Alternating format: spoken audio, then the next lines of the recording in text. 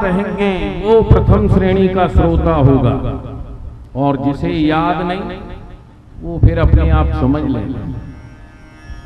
एक राजा के पास 3 विशाल सोने की मूर्ति मंगवाई राजा ने, बहुत बड़ी बड़ी, और राजा ने घोषणा कर दी कि जो इन मूर्तियों का सही आकलन कर देगा उसे तीनों मूर्ति हम दे देंगे सोने की। अब बड़ी बड़ी सोने की मूर्ति, लालच में बड़े बड़े लोग आए, एक सी मूर्ति थी, कोई उनमें भेद नहीं था, बिल्कुल एक समान बनी हुई थी। कई विद्वान आए, कई लोग आए, पर मूर्तियों का कोई आकलन नहीं कर सका। अंत में एक विद्वान आया, उसने बड़ी गहराई से उन मूर्तियों को देखा। मूर्ति के एक कान में छेद था, उसने एक तिनका लिया और उस कान के छेद में डाल दिया। वो तिनका इस छेद में गया, इधर से निकल गया। फिर दूसरी मूर्ति के कान में तिनका डाला, वो कान के रास्ते गया, मुंह के रास्ते निकल गया। फिर तीसरी मूर्ति के कान में डाला तिनका, वो तिनका अंदर चला गया, बाहर नहीं गया। तब उस विद्वान ने राजा से कहा कि देखो, ये जो पहली मूर्ति थी जिसके कान में इधर से इधर निकल गया, ये तो सबसे बेकार है, ये किसी काम की नहीं। इधर से सुना और इधर से निकाल दिया, कोई चिंतन नहीं, कोई विचार नहीं, इसलिए इस मूर्ति की कोई कीमत नहीं। बोले ये जो दूसरी मूर्ति है ये कान से सुनती है पर दूसरों को सुना करके और बस अपनी ड्यूटी पूरी कर लेती, इसकी आधी कीमत। और ये जो तीसरी मूर्ति है इसने तिनका कान से हृदय में ले लिया और उस पर गंभीर चिंतन किया, ये सबसे ज्यादा। राजा ने वो तीनों सोने की मूर्ति उस विद्वान को दे दी। तो इसी प्रकार 3 तरह के श्रोता होते हैं, श्रोता, सोता, सरोता। आया समझ में? श्रोता, सोता और सरोता, सुपारी काटने वाला। एक जो कथा में आ गए, बढ़िया कूलर मिल गया, पंखा मिल गया, गदरा बिछा है, बस धीरे धीरे धीरे धीरे लोग तो समझते हैं ये बड़ी भावना में मग्न है, आंख बंद करके कथा सुन रहे हैं, पर वो निद्रा देवी के बस में है। वो तो हो गए सोता। एक मैया एक पंडाल में सबसे पीछे जाके और बल्ली का सहारा लेके ऐसे ही रोज बैठ जाती थी। अब बूढ़ी माँ दांत टूट चुके थे, मुंह खुला रह गया। पंडाल में पीछे से ही एक ग्राम सिंह आ गया, जानते हो ग्राम सिंह? आजकल तो कोठियों में उनकी बड़ी कीमत होने लगी। हाँ, कोठी नंबर 420, कुत्ते से सावधान।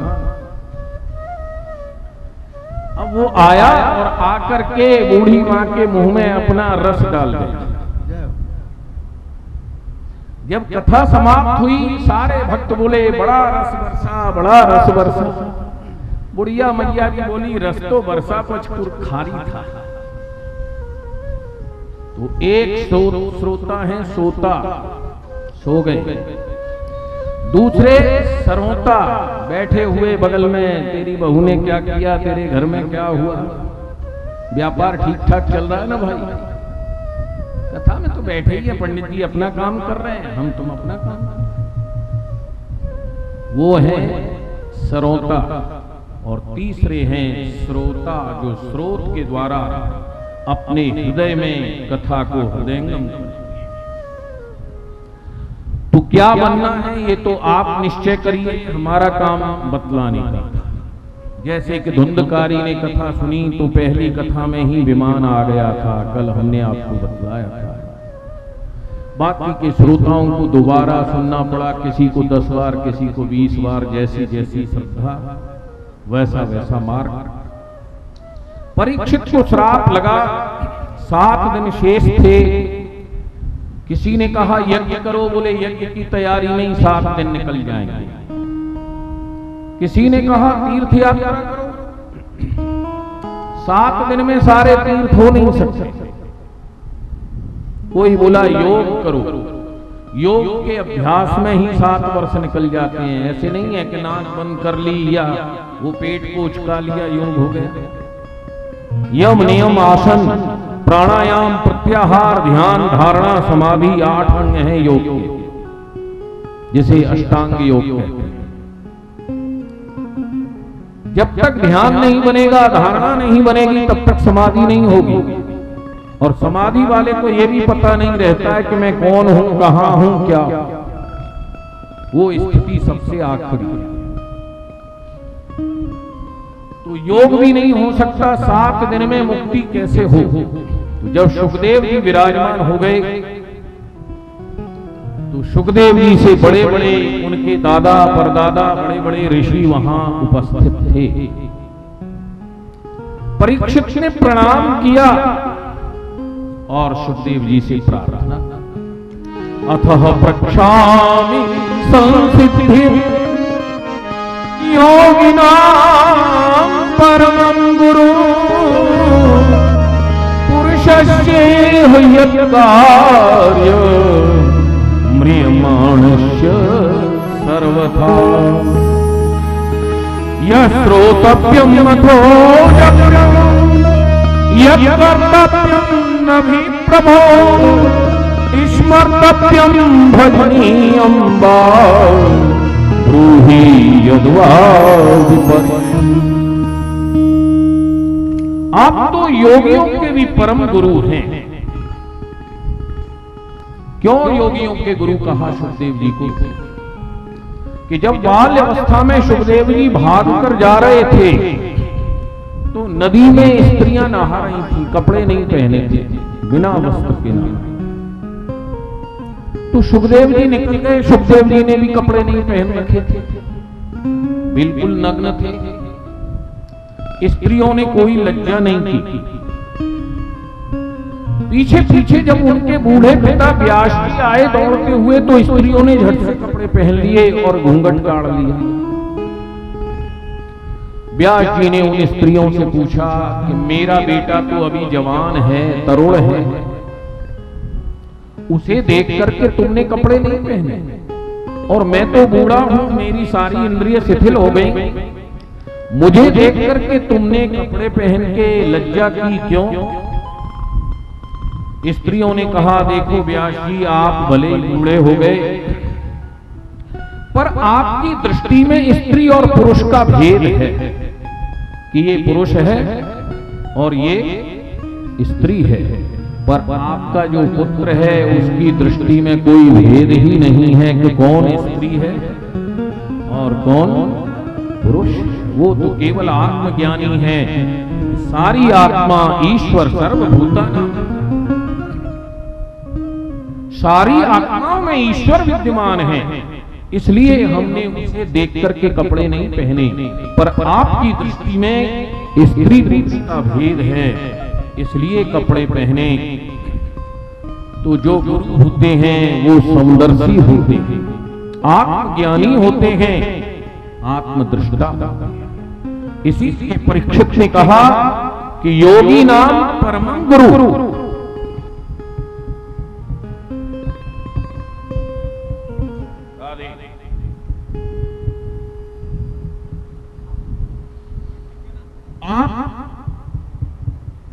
योगियों के भी परम गुरु।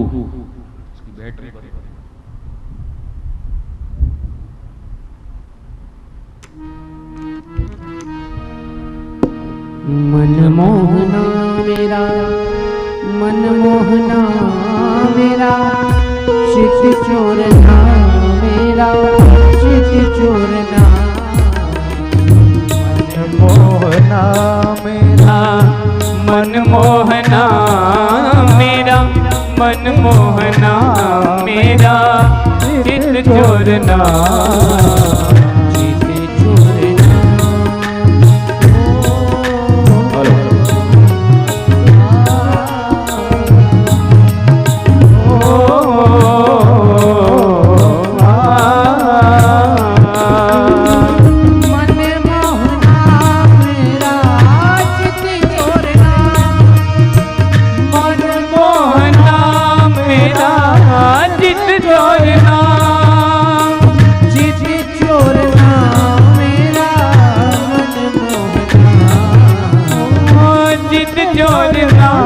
मेरा मनमोहना मनमोहना ओ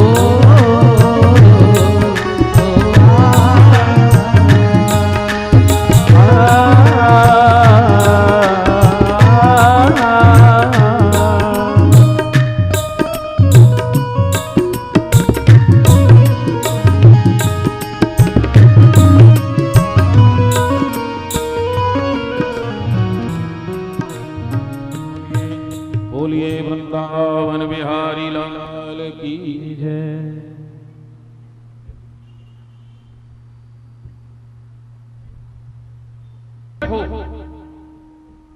उसे क्या करना चाहिए कि जिससे उसकी मुक्ति हो जाए?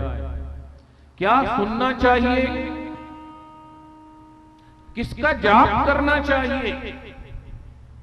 कौन सा कर्म करना चाहिए?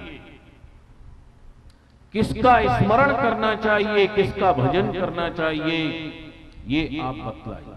6 प्रश्न परीक्षित के, 6 प्रश्न ही शौनकादिक ऋषियों के। भागवत 6 प्रश्नों पर आधारित है, रामचरितमानस केवल 1 प्रश्न पर आधारित है।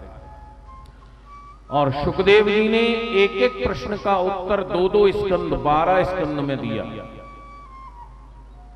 परीक्षित सुखदेव जी से कहता है, बता दे मोक्ष का मार्ग गुरु अब शरण में तेरी।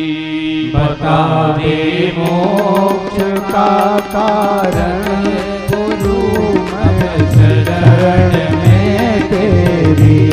बता दे मोक्ष का मार्ग गुरु अब शरण में तेरी।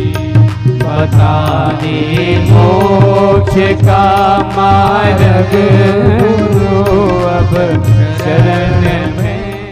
पहले से ध्यान नहीं देते।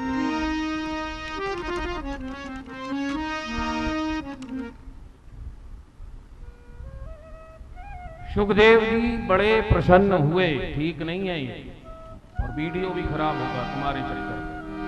दीन दयाल सुने जब ते,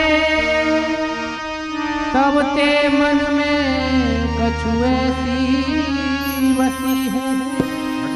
तेरो कहाँ के जाओ कहाँ अब, तेरे ही नाम की फेंक कसी है।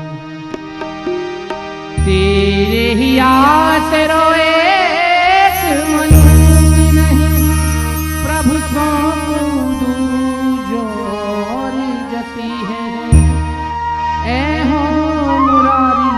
पुकार कहो अब, तेरी हंसी नहीं मेरी। जहाँ विराजे राधा रानी, जहाँ विराजे राधा रानी, अलबेली सरकार कंवरिया ले चल परे पार, कंवरिया ले चल परे।